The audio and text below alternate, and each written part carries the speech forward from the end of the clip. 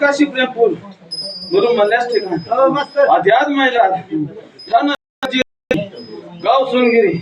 माझे गुरु प्रकाश कुठे व सदानंदाचा यकोट